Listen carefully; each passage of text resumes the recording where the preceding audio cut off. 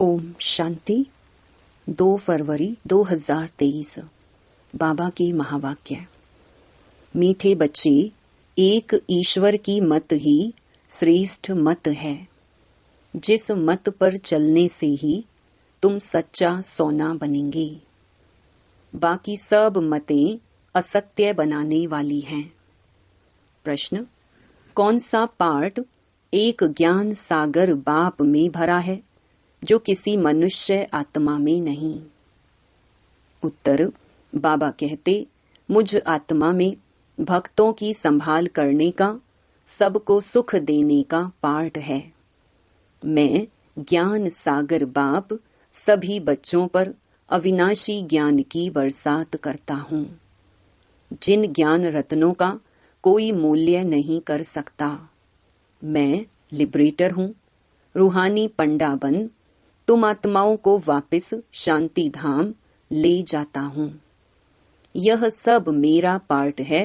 मैं किसी को दुख नहीं देता, इसलिए सब मुझे आंखों पर रखते हैं। रावण दुश्मन दुख देता है, इसलिए उसकी एफिजी जलाते हैं। गीत जो पिया के साथ है। ओम शांति। बाप ने ओम का अर्थ तो बच्चों को समझा दिया है। ओम अर्थात अहम आत्मा। बस अर्थ ही इतना छोटा है, ऐसे नहीं कि आई एम गॉड। पंडितों आदि से पूछेंगे ओम का अर्थ क्या है, तो वह बहुत लंबा चौड़ा सुनाएंगे और यथार्थ भी नहीं सुनाएंगे। यथार्थ और अयथार्थ, सत्य और असत्य। सत्य तो है ही एक बाप, बाकी इस समय तो है ही असत्यता का राज। राम राज्य को ही सत्य का राज्य कहेंगे, रावण राज्य को असत्यता का राज्य कहेंगे। वह अयथार्थ ही सुनाते हैं, बाप है सत्य। वह सब सत्य सुनाकर सच्चा सोना बना देते हैं। फिर माया असत्य बनाती है। माया की प्रवेशता के कारण मनुष्य जो कुछ कहेंगे वह असत्य ही कहेंगे, जिसको आसुरी मत कहा जाता है। बाप की है ईश्वरीय मत। आसुरी मत वाले झूठ ही बताएंगे। आसुरी मतें दुनिया में अनेकानेक हैं, गुरु भी अनेक हैं, उन्हों की श्रीमत नहीं कहेंगे। एक ईश्वर की मत को ही श्रीमत कहेंगे। अभी तुम बच्चे समझते हो, हम श्रीमत पर चल श्रेष्ठ बनते हैं। सबसे श्रेष्ठ तो है ही परम पिता परमात्मा, जो रहते भी ऊंचे ते ऊंचे हैं। सब भक्त उनको याद करते हैं। भक्त श्रीमत को याद करते हैं तो जरूर कोई आसुरी मत पर है। अभी तुम श्रीमत पर श्रेष्ठ बनते हो, फिर वहां भगवान कहकर याद करने की दरकार ही नहीं। देवी देवताओं को कोई दुख नहीं जो याद करना पड़े। भक्तों को तो अपार दुख है। अभी तो बहुत दुख के पहाड़ गिरने हैं। महाभारी लड़ाई यह दुखों का पहाड़ है मनुष्यों के लिए। तुम बच्चों के लिए सुख का पहाड़ है। दुख के बाद सुख जरूर आना है। इस विनाश के बाद फिर तुम्हारा ही राज्य होना है। अनेक धर्मों का विनाश होता है और जो धर्म अब प्रलोभ हैं, उनकी स्थापना होती है। गोया इस महाभारी लड़ाई द्वारा स्वर्ग के गेट्स खुलते हैं। इस गेट से कौन जाएंगे? जो राजयोग सीख रहे हैं। सिखलाने वाला बाप है। जो पिया के साथ है, उनके लिए यह ज्ञान बरसात है। पिया बाप को कहा जाता है। वह वर्षा तो पानी के सागर से निकलती है। यह अविनाशी ज्ञान रत्नों की बरसात है। जो पिया ज्ञान सागर के साथ है, उनके लिए अविनाशी ज्ञान रत्नों की बरसात है। इन अविनाशी ज्ञान रत्नों की तुम्हारी बुद्धि रूपी झोली में धारणा होती है। एजुकेशन बुद्धि में धारण की जाती है ना। आत्मा है मन बुद्धि सहित, तो जैसे कि आत्मा ग्रहण अर्थात धारण करती है। जैसे आत्मा को यह शरीर है, वैसे आत्मा को मन बुद्धि है। बुद्धि से ग्रहण करते हैं। ग्रहण तब होता है, धारणा तब होती है जबकि योग है। यह बाप बैठ बहुत सहज बातें समझाते हैं। मनुष्यों ने तो बहुत डिफिकल्ट बातें सुना दी हैं। शास्त्रों में भी बहुत मतें हैं। गीता का बहुत प्रचार है। अध्याय का अर्थ बहुत करते हैं। कितनी अनेकानेक गीताएं बना दी हैं और कोई शास्त्र नहीं। जिसके लिए कहीं फलाने का वेद, फलाने का शास्त्र। गीता के लिए कहते हैं गांधी गीता, टैगोर गीता, ज्ञानेश्वर गीता, अष्टावक्र गीता आदि।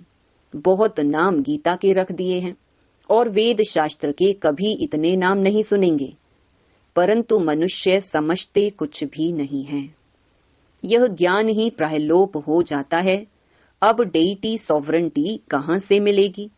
जरूर जो सतयुग की स्थापना करने वाला होगा वही देगा।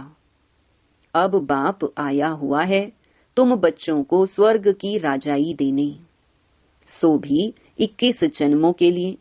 गाया जाता है कुमारी वह जो 21 कुल का उद्धार करे। अब वह कुमारी कौन सी?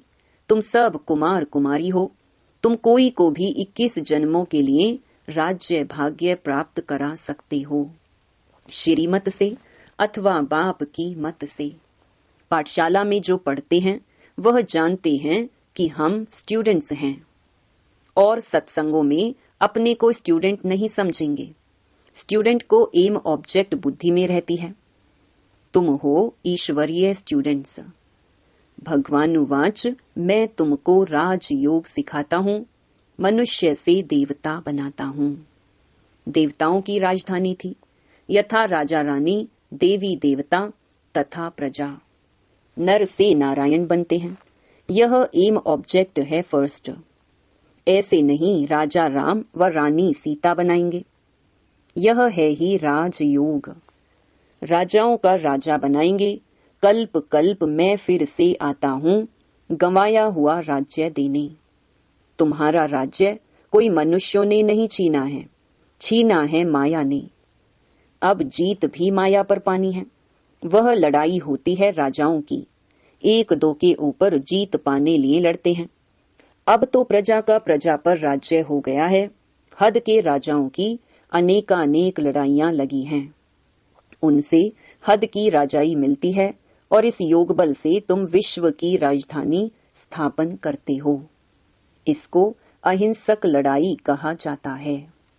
लड़ाई अथवा मरने मारने की बात नहीं है, यह है योग बल। कितना सहज है। बाबा के साथ योग लगाने से हम विकर्मा जीत बनते हैं, फिर कोई माया का वार नहीं होगा। हातम ताई का खेल दिखाते हैं। वह मुलहरा मुख में डालते थे तो माया गुम हो जाती थी, मुलहरा निकालते थे तो माया आ जाती थी। अल्लाह अवलदीन का भी नाटक है। ठका करने से बहिश्त निकल आता था, वह है बहिश्त अथवा स्वर्ग। तो बाप बैठ बहिश्त की स्थापना करते हैं ब्रह्मा द्वारा। परम पिता परमात्मा कोई नरक की स्थापना थोड़े ही करेंगे। ऐसा होता तो उनकी एफिजी बनाते। एफिजी तो रावण की निकाली जाती है, क्योंकि रावण ही सबका दुश्मन है। बाप जो स्वर्ग की स्थापना करते हैं उनको तो आंखों पर रखा जाता है। बाप कहते हैं मुझे भक्त याद करते हैं कि आकर दुख से छुड़ाओ, इसलिए आकर लिबरेट करता हूँ। बाप लिबरेटर भी है, रूहानी पंडा भी है। तुमको ले जाते हैं अपने शांति धाम। जो पिया के साथ हैं उनके लिए अविनाशी ज्ञान रत्नों की बरसात है। जिन ज्ञान रत्नों का मूल्य नहीं किया जाता। बाबा है ज्ञान सागर, तो जरूर आत्मा में पार्ट भरा हुआ है। परम पिता परमात्मा खुद भी कहते हैं मेरी जो आत्मा है, जिसको तुम परमात्मा कहते हो, मेरे में भी पार्ट भरा हुआ है। भक्तों की संभाल करना, सबको सुख देना। दुख तो माया देती है, भक्तों को अल्पकाल के लिए सुख देने का भी मेरा पार्ट है।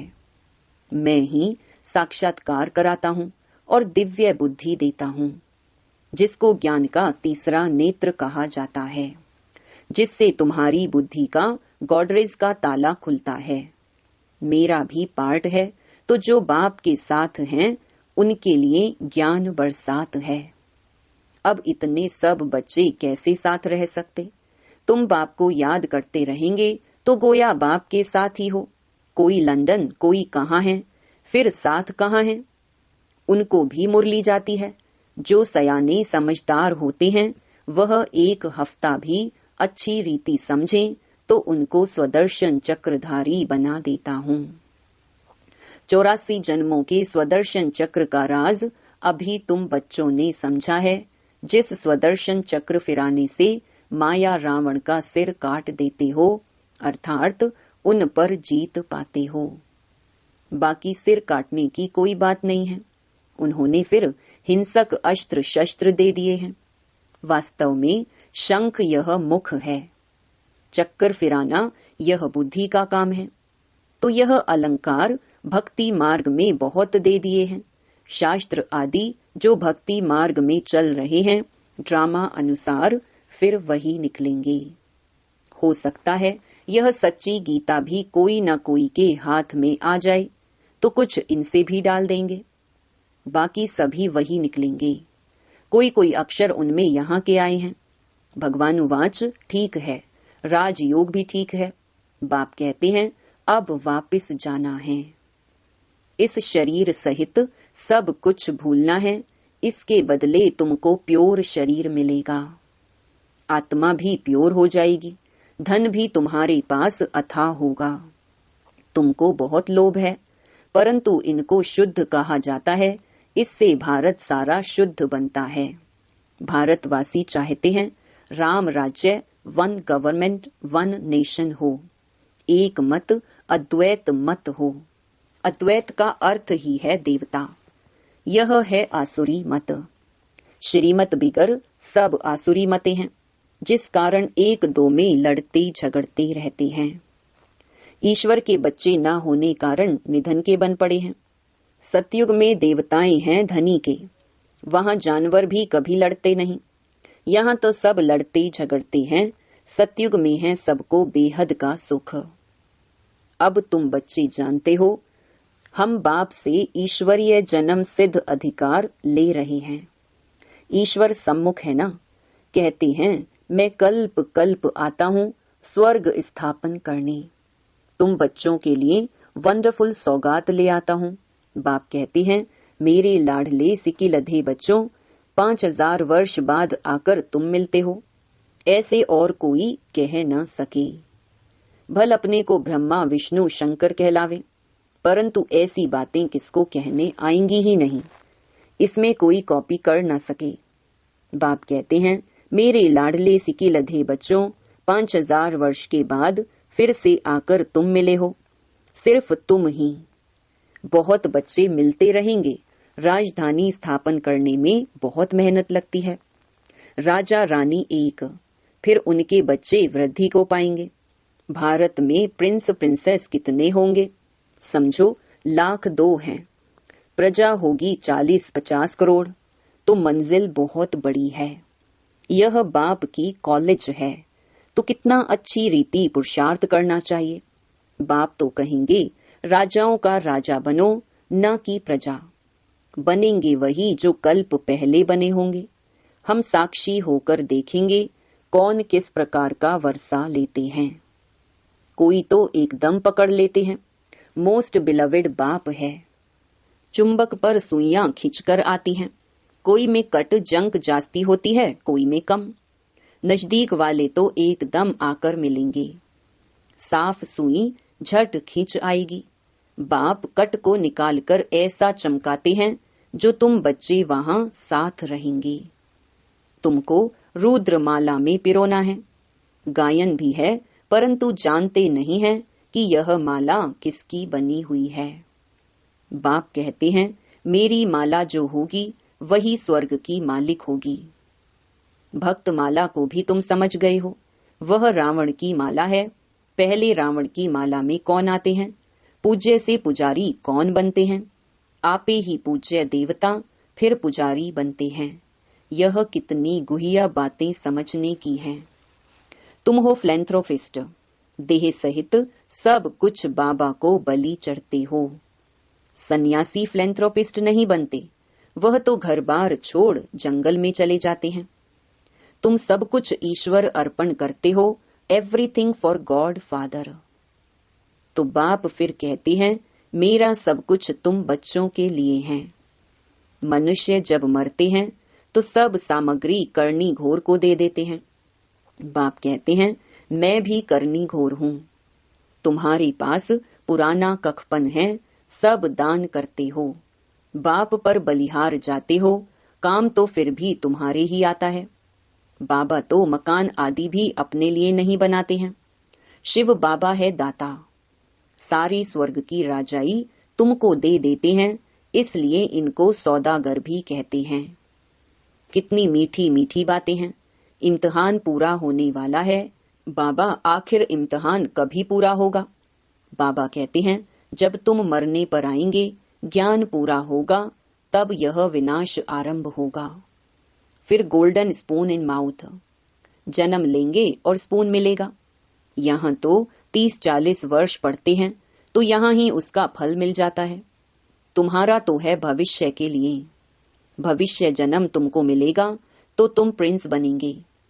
तो इम्तिहान तब पूरा होगा जब विनाश शुरू होगा। एक तरफ पढ़ाई पूरी होगी और विनाश शुरू हो जाएगा, बाकी रिहर्सल तो होती रहेगी। तुमको इस पढ़ाई का फल फिर नई दुनिया में मिलना है। वहां आत्मा, शरीर, राजाई सब नया होता है।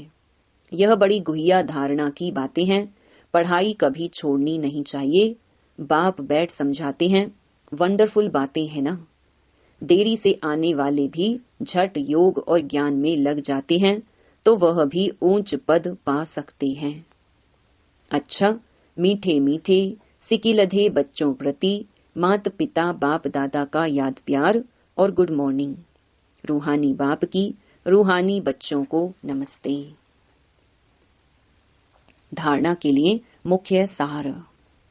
पहला, शरीर और आत्मा दोनों को पवित्र बनाने के लिए इस पुराने शरीर सहित सब कुछ भूलना है।